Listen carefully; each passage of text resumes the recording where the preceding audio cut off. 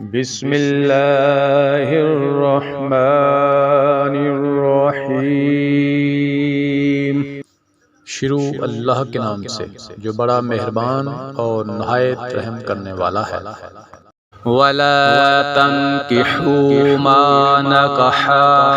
آبَاؤُكُم مِّنَ النِّسَاءِ إِلَّا مَا قَدْ سَلَفَ إِنَّهُ كَانَ فَاحِشَةً وَمَقْتًا وَسَاءَ سَبِيلًا۔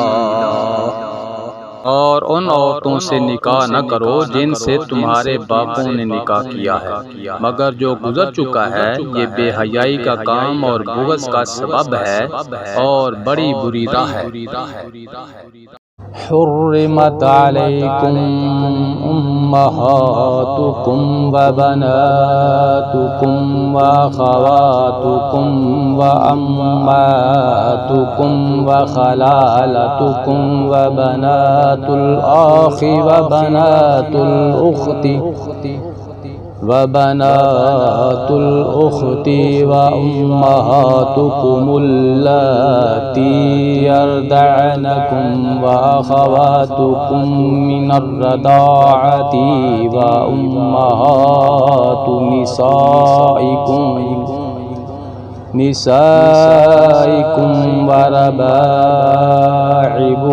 اللاتي في حجوركم من نسائكم التي دخلتم بهن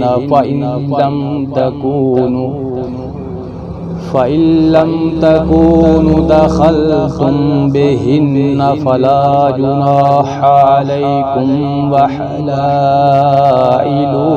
أبنائكم الذين من أصلابكم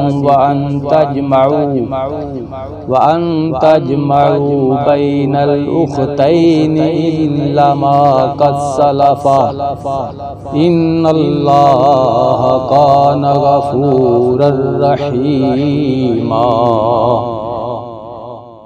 حرام کی گئی ہیں تم پر تمہاری مائیں اور تمہاری لڑکیاں اور تمہاری بہنیں، تمہاری پھوپھیاں اور تمہاری خالائیں اور بھائی کی لڑکیاں اور بہن کی لڑکیاں اور تمہاری وہ مائیں جنہوں نے تمہیں دودھ پلایا ہو اور تمہاری دودھ شریک بہنیں اور تمہاری ساس اور تمہاری وہ پرورش کردہ لڑکیاں جو تمہاری گود میں ہیں، تمہاری ان عورتوں سے جن سے تم دخول کر چکے ہو، ہاں اگر تم نے ان سے جمع نہ کیا ہو تو تم پر کوئی گناہ نہیں، اور تمہارے سلبی سگے بیٹوں کی بیویاں اور تمہارا دو بہنوں کا جمع کرنا، ہاں جو گزر چکا سو گزر چکا، یقیناً اللہ تعالیٰ بخشنے والا مہربان ہے۔ والمحصنات من النساء إلا ما ملكت أيمانكم كتاب الله عليكم وأحل لكم ما وراء ذلكم من تبتغوا بأموالكم محسنين غير مسافحين فما استمتعتم به منهن فآتوهن أجورهن فريضة ولا جناح عليكم فيما تراضيتم به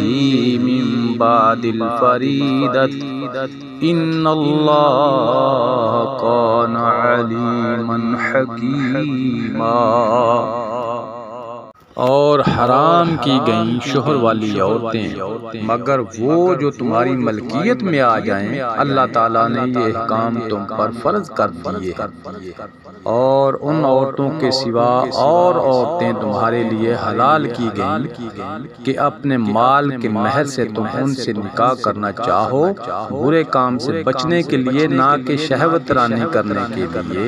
اس لیے جن سے تم فائدہ اٹھاؤ انہیں ان کا مقرر کیا ہوا مہر دے دو، اور مہر مقرر ہو جانے کے بعد تم آپس کی رضامندی سے جو طے کر لو اس میں تم پر کوئی گناہ نہیں، بے شک اللہ تعالیٰ علم والا حکمت والا ہے۔